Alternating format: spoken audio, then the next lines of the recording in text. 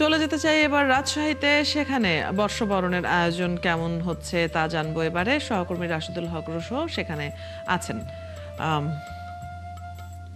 শুভ নববর্ষ রুশো, আপনার কাছ থেকে জেনে নিতে চাই রাজশাহীতে এবছর নববর্ষের আয়োজন কেমন দেখছেন। আয়োজন নিয়ে আয়োজকদের বক্তব্য, পাশাপাশি দর্শনার্থী দর্শক শ্রোতা যারা, তাদের কথাও যদি জানা সম্ভব হয় জেনে নিতে চাই।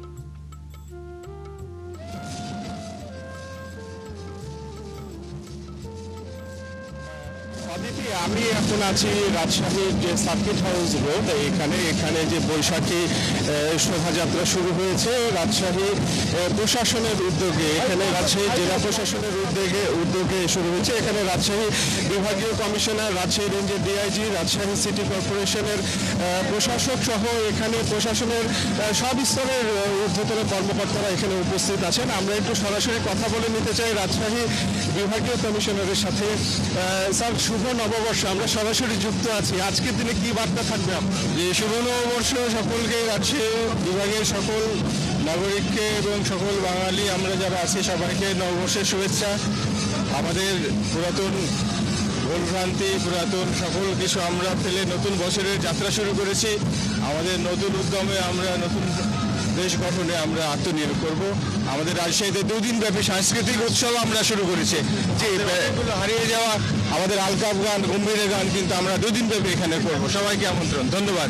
অদিতি, এখানে রাজশাহী রেঞ্জের ডিআইজি আছেন, আমরা একটু তার সাথে একটু কথা বলতে। স্যার, ছোট করে আজকে আপনার কি বার্তা থাকবে আজকের দিনে? প্রথমে আমি রাজশাহীবাসীকে শুভেচ্ছা জানাই নববর্ষের। যারা আমরা বাংলা ভাষাভাষী আছি সকলকে শুভেচ্ছা জানাই। আমরা একটা নিরাপদ বৃত্তি সমাজের জন্য সবাই একযোগে কাজ করব। পুরানের আমাদের ভুল ত্রুটিগুলো আমরা সবাই ভুলে যাব। আজকে আবার নতুন করে শুরু করব। নতুনের হালখাতা শুরু হোক, শুভ হোক। ধন্যবাদ। রাজশাহী সিটি কর্পোরেশনের প্রশাসক রয়েছেন মাহফুজুর রহমান রিটন। আমরা একটু আপনার কাছে জানতে চাই যে আজকে বছরের প্রথম দিন কি প্রত্যাশা থাকবে আপনার, আসলে মতামত দিবেন। ধন্যবাদ। প্রত্যাশার সমস্ত আমরা হিংসা বিদ্বেষ গ্লানি ঘটিয়ে বাংলাদেশের নতুন পদযাত্রা মাননীয় প্রধানমন্ত্রীর যে উদ্যোগগুলো রয়েছে, আমরা সকল বাঙালি একসাথে হয়ে কাঁধে কাঁধ মিলে কাজ করব। আজকে এই র্যালির মধ্য দিয়ে আমরা বাংলাদেশের সকল নাগরিককে নতুন বছরের শুভেচ্ছা জানাই। শুভ নববর্ষ। জি, অদিতি শুনছিলেন, আমরা কথা শুনছিলাম। এখানে শুধুমাত্র আসলে যে প্রশাসনের যারা কর্তা ব্যক্তি আছেন তারাই নয়, সর্বস্তরের মানুষ কিন্তু এখানে যোগ দিয়েছেন। বাংলার যে ঐতিহ্য সেটি তারা ফুটিয়ে তোলার চেষ্টা করেছেন। এখানে আমরা দেখতে পাচ্ছি যে বাংলার ঐতিহ্য পুতুল নাচের একটি ডিসপ্লে রয়েছে। আমরা এই পুতুল নাচের ডিসপ্লে যদি একটু দেখতে চাই এখানে।